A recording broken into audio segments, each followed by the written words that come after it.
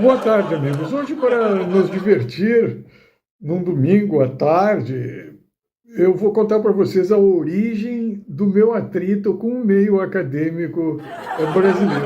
Por incrível que pareça, ele começou no instante em que eu fui aprovado para cursar mestrado na Faculdade de Odontologia da Universidade Federal do Rio de Janeiro.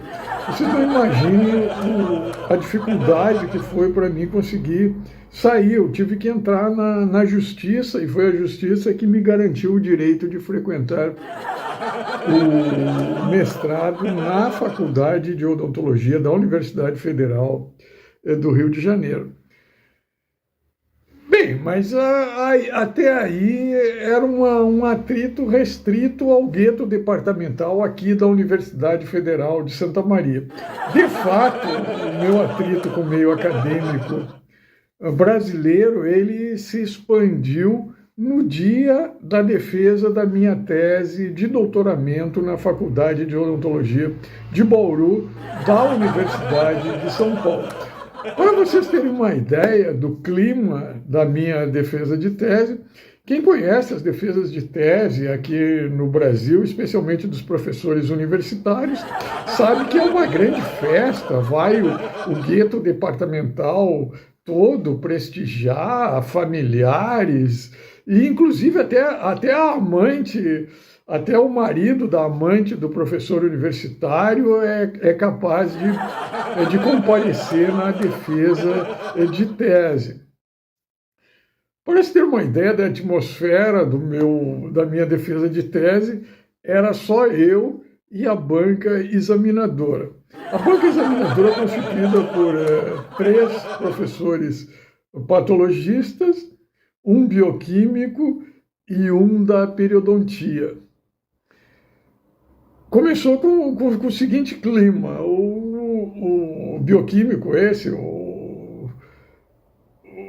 com pós-graduação pela Universidade de Michigan, nos Estados Unidos, um japonês, ele pegou a tese nesse clima, dizer: olha, eu aconselho a você, rapaz, a mudar de ideia, de opinião, porque senão você pode se dar mal. Naquela época eu era rapaz mesmo.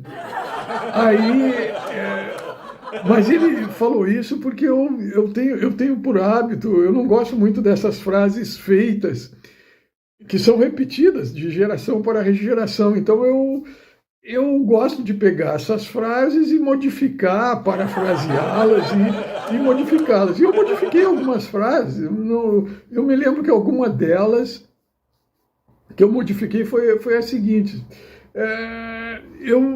se a hereditariedade explica, em alguns raros casos, a competência acadêmica, na grande maioria dos casos, ela também explica a incompetência, fazendo uma alusão àquilo que é passado, filho de peixe, peixinho passado de pai para filho.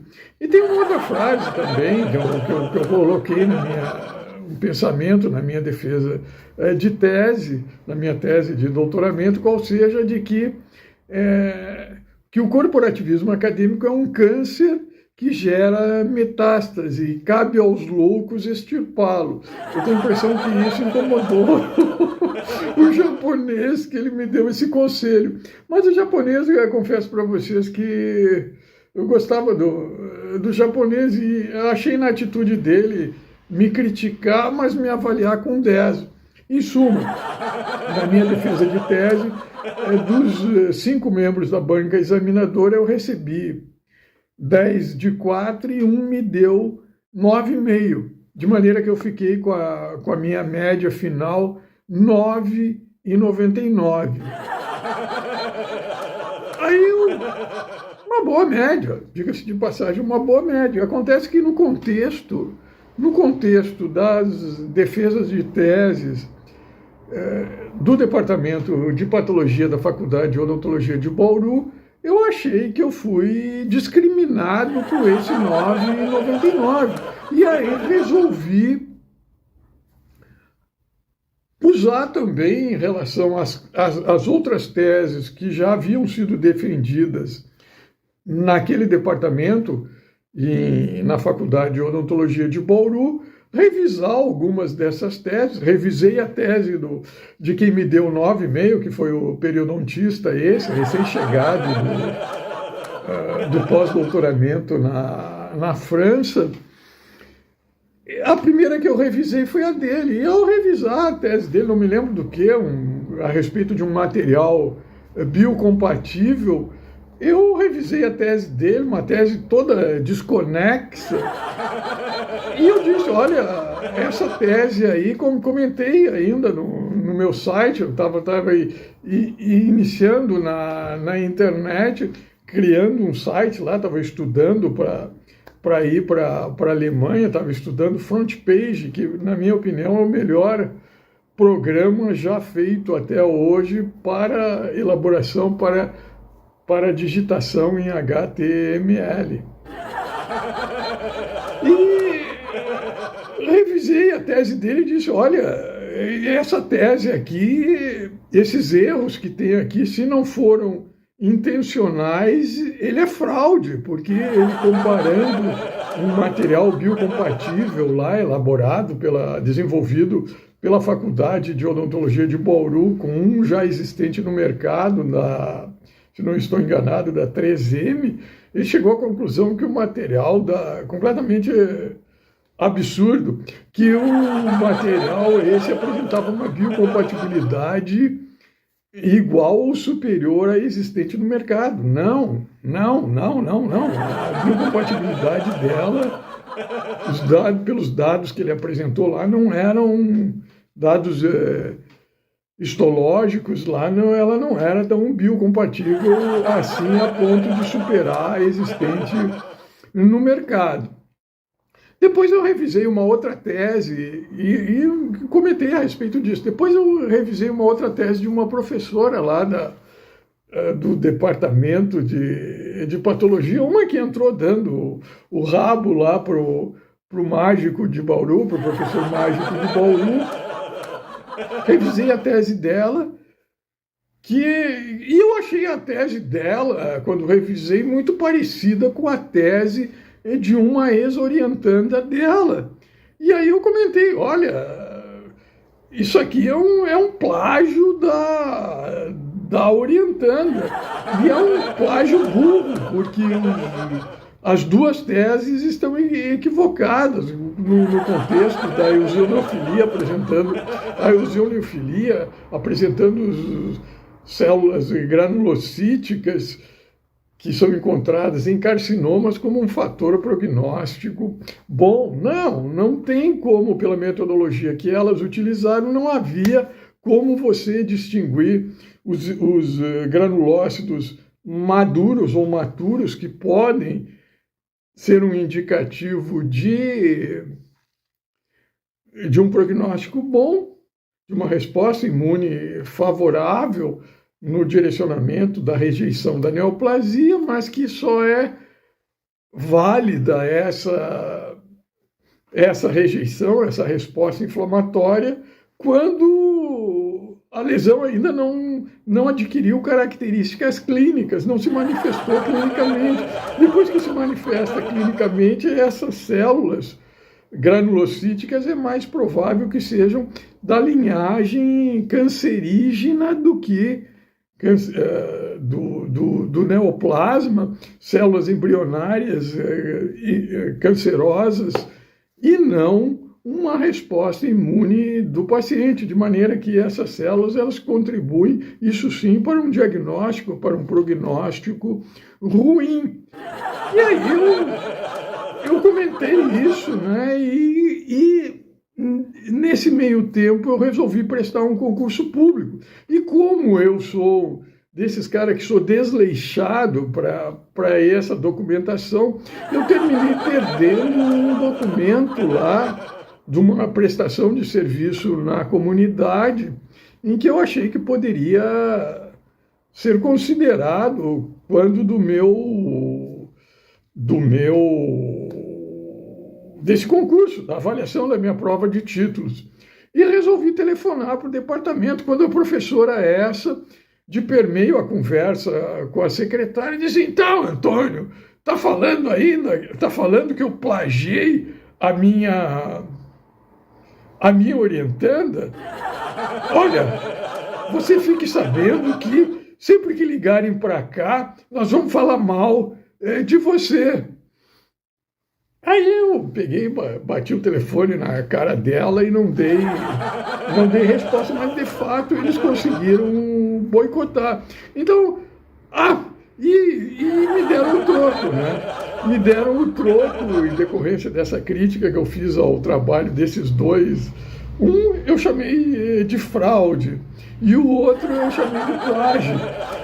E aí eles me deram o troco. Eu resolvi, na época, ainda estava pretendendo prestar concurso público, eu disse: não, eu tenho que me armar com o que eu disponho. Aí resolvi fazer vejam bem, não é concurso para professor da Faculdade de Odontologia de Bauru, da Universidade de São Paulo. Não é concurso para professor, para emprego público, para cargo público. Resolvi prestar a prova como é que chama aquele? Professor livre docente. Professor livre docente não é um título que dá direito a você a ser empregado em cargo público. É um título acadêmico.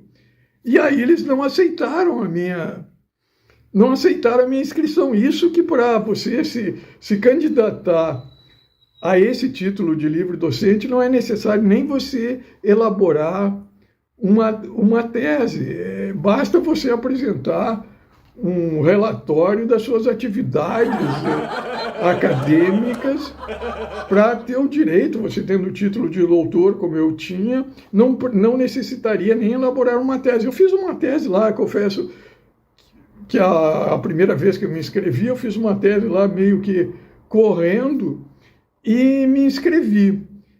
Aí eles me rejeitaram, por unanimidade. Unanimidade, a minha tese não foi aceita. Aí, na segunda vez, eu resolvi fazer uma coisa bem feita. Eu levei 1 ano fazendo a tese, fiz um trabalho bem feito. Aí, eles aceitaram a tese que eu havia proposto e rejeitaram a minha inscrição com base na minha produção acadêmica, que segundo eles, esses vídeos, essa produção acadêmica que eu faço, publicação na internet, ela não é considerada para dar a você o direito de pleitear o cargo de livre docente. Diga-se de passagem que as regras do concurso, seja para professor, para cargo público, seja para professor livre docente, não é necessário. Fala em publicação. Publicação, entende-se que a publicação pode ser, não interessa se é feito no Nature ou se é feito se a publicação é aqui na Razão, na Ex-Razão, um jornal extinto aqui de Santa Maria. A publicação, ela serve tão somente para você conseguir demonstrar a sua competência acadêmica, mesmo porque nós sabemos que essa publicação acadêmica, seja no Nature, seja no Science, seja no Journal of Medicine, nós sabemos que existe um corporativismo acadêmico entre professores universitários integrantes do corpo editorial desses periódicos e os professores universitários que querem publicar para receber o adicional no seu salário. Então, também, aí negaram esse pedido,